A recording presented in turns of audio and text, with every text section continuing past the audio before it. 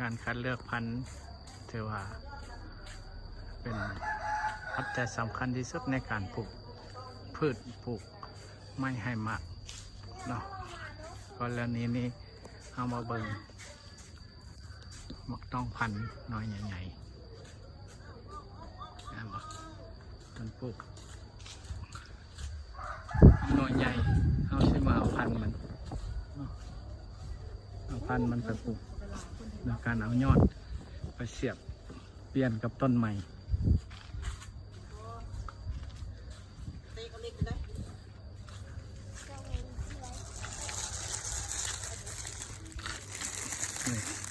นี่ไงซ้ำใดเนาะอันนี้